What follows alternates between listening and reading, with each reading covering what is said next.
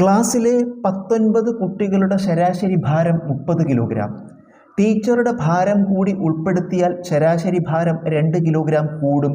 ടീച്ചറുടെ ഭാരം എത്ര? അപ്പോൾ ഇവിടെ എണ്ണം തന്നിട്ടുണ്ട്, ശരാശരിയും തന്നിട്ടുണ്ട്, നമ്പർ തന്നിട്ടുണ്ട്, നമുക്ക് എണ്ണം തന്നിട്ടുണ്ട്, ശരാശരിയും തന്നിട്ടുണ്ട്, ആവറേജും തന്നിട്ടുണ്ട്. 19 കുട്ടികളുടെ ശരാശരി 30 കിലോ ആണ്, 30 കിലോഗ്രാം. ടീച്ചറുടെ ഭാരം കൂടി ഉൾപ്പെടുത്തിയാൽ 19 ആൾക്കാരുടെ കുട്ടികളെ ടീച്ചറേയും കൂടി ഉൾപ്പെടുത്തിയാൽ എന്താവും? 20 കുട്ടികളുടെ ആകുമ്പോൾ എന്താവുക?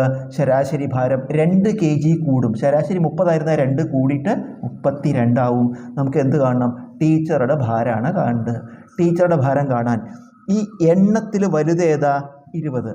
അതുകൊണ്ട് അതിൻ്റെ ആവറേജിനെ മൾട്ടിപ്ലൈ ചെയ്യുക, 32. എണ്ണത്തിൽ കുറവേതാ? 19. അതുകൊണ്ട് അതിൻ്റെ ആവറേജിനെ മൾട്ടിപ്ലൈ ചെയ്യുക. എന്നിട്ട് ആദ്യത്തെ ഉത്തരത്തിന് രണ്ടാമത്തെ ഉത്തരം കുറയ്ക്കുക. ഇത് ഗുണിക്കുമ്പോൾ 2 × 32 64, 1 0 640.